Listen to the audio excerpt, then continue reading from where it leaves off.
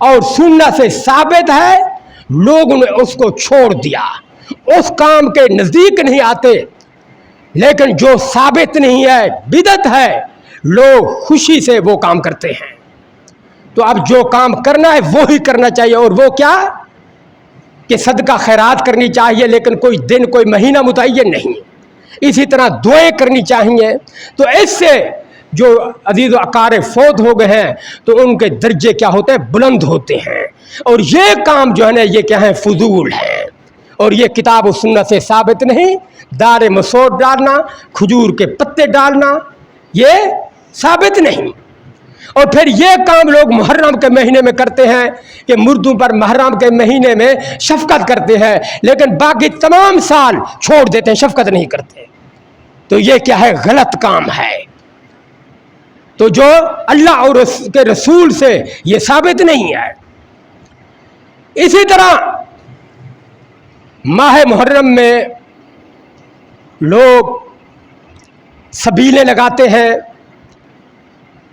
اور اسی طرح میٹھے پانی کا کیا کرتے ہیں؟ انتظام کرتے ہیں، ہر محلے میں، ہر چوک میں۔ کیوں بھائی اہتمام یہ کیوں کیا جاتا ہے؟ اس وجہ سے کہ بھی حضرت حسین رضی اللہ عنہ کو پانی نہیں ملا تھا، تو یہ حضرت حسین رضی اللہ عنہ سے کیسی محبت ہوئی کہ حضرت حسین رضی اللہ عنہ کو تو پانی نہیں ملا، وہ پیاسے تھے، اور تم لوگ شربت اور دودھ پیو۔ تو یہ کیسی محبت ہوئی؟ مطلب ہے کہ یہ بات بھی خلاف عقل ہے، اور یہ باتیں بھی ثابت نہیں ہیں کہ 10 محرم الحرام کو تم دودھ کی، میٹھے پانی کی کیا لگاؤ؟ سبیلیں لگاؤ۔ یہ بات بھی ثابت نہیں ہے، بلکہ آپ علیہ الصلوۃ والسلام سے جو بات ثابت ہے وہ یہ کہ آپ علیہ الصلوۃ والسلام ماہ محرم میں روزہ رکھنے کو کیا کرتے تھے؟ پسند سمجھتے تھے، روزہ رکھنے کو۔ تو اب جو کام مسنون ہے اور نبی کریم صلی اللہ علیہ وسلم سے ثابت ہے تو لوگ اس کے قریب نہیں جاتے، اور جو چیز ثابت نہیں ہے تو اس کو وہ خوشی سے کرتے ہیں۔ تو یہ ماہ محرم کے حوالے سے یہ باتیں ہیں، عام لوگوں کو ان باتوں کا پتہ نہیں ہوتا، تو یہ باتیں بھی محرم الحرام کے حوالے سے تمہیں یاد رکھنی چاہیے۔ اور یہ بات بھی سمجھ لیں کہ غیر اللہ کی نیاز، اس کا کھانا کیا ہے؟ حرام ہے، استعمال کرنا حرام، غیر اللہ کی نیاز۔ اور اللہ تبارک و تعالیٰ نے یہ بات قرآن مجید کے اندر بتا دی ہے کہ حرمت علیکم المیتۃ والدم ولحم الخنزیر وما اہل بہ لغیر اللہ، کہ تم پر مردار بھی حرام، حرمت علیکم المیتۃ، والدم خون بھی حرام، ولحم الخنزیر خنزیر کا گوشت بھی حرام، وما اہل بہ لغیر اللہ، اور غیر اللہ کی نظر و نیاز وہ بھی حرام۔ تو غیر اللہ کی نظر و نیاز جو ہے نا یہ بھی کیا ہے؟ حرام ہے۔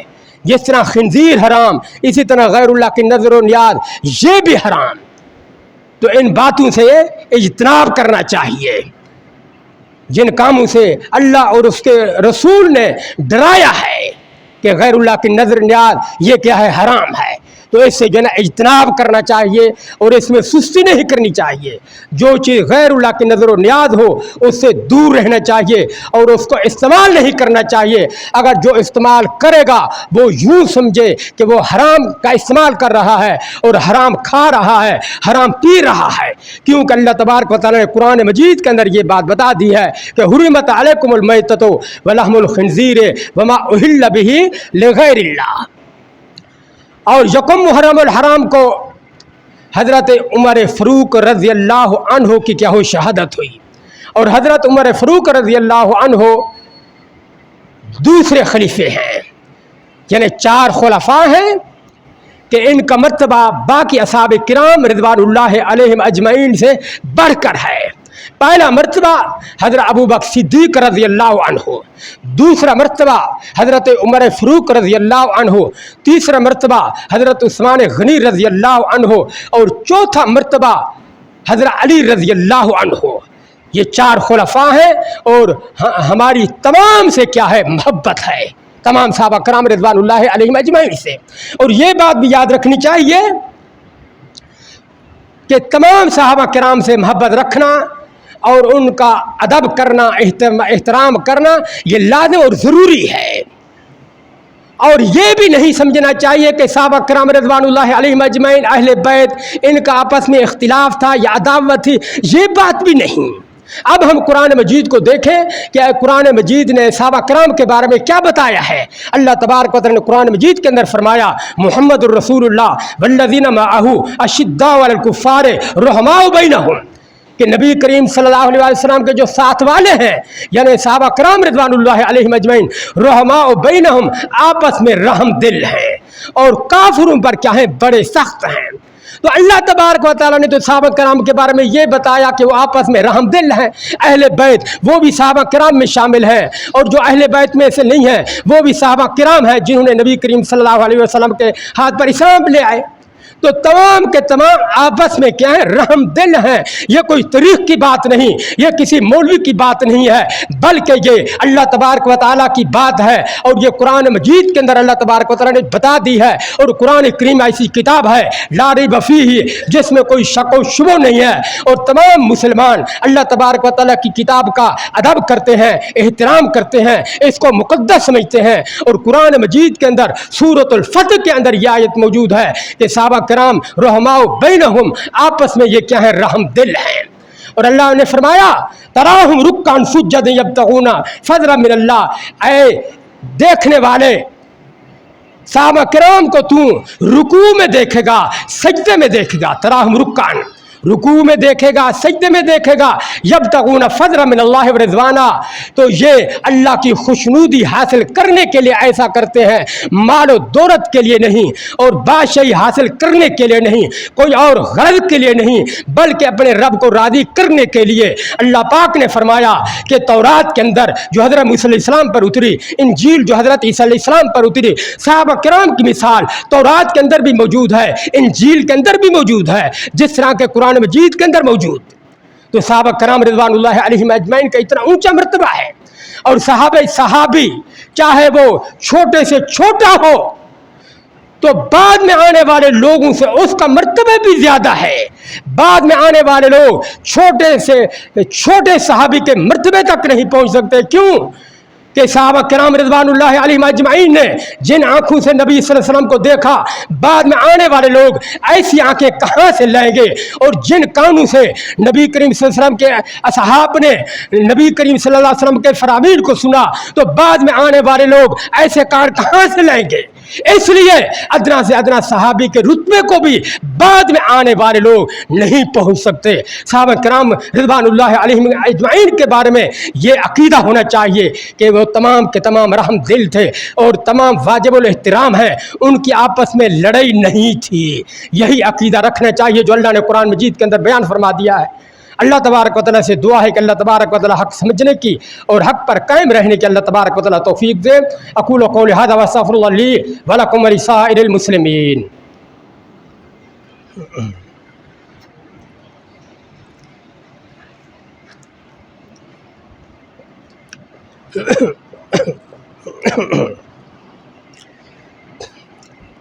الحمدللہ نحمدہ ونستعینہ ونؤمن به ونتوکل علیہ ونعوذ باللہ من شرور انفسنا ومن سیئات اعمالنا من یهده اللہ فلا مضل له ومن یضللہ فلا ہادی له واشہد ان لا الہ الا اللہ وحدہ لا شریک له واشہد ان محمدا عبدہ ورسولہ اما بعد فإن خیر الحدیث کتاب اللہ وخیر الہدی ہدی محمد صلی اللہ علیہ وسلم وشر الامور محدثاتها وكل محدثة بدعة وكل بدعة ضلالة وكل ضلالة في النار۔ اعوذ باللہ من الشیطان الرجیم من نفخه ونفثه وہمزه۔ بسم اللہ الرحمن الرحیم۔ ان اللہ وملائکته یصلون علی النبی یا ایھا الذین آمنوا صلوا علیہ وسلموا تسلیما۔ اللہم صل علی محمد وعلی آل محمد کما صلیت علی ابراہیم وعلی آل ابراہیم انک حمید مجید۔ اللہم بارک علی محمد وعلی آل محمد كما باركت على إبراهيم وعلى آل إبراهيم إنك حميد مجيد. اللهم اغفر للمؤمنين والمؤمنات والمسلمين والمسلمات منهم الأحياء والأموات إنك سميع قريب مجيب الدعوات. اللهم أيد الإسلام والمسلمين واخذل الكفرة والمشركين. اللهم انصرنا على أعداء الدين. لك الحمد يا رب العالمين. وسلم على نبينا محمد وآله وصحابه أجمعين.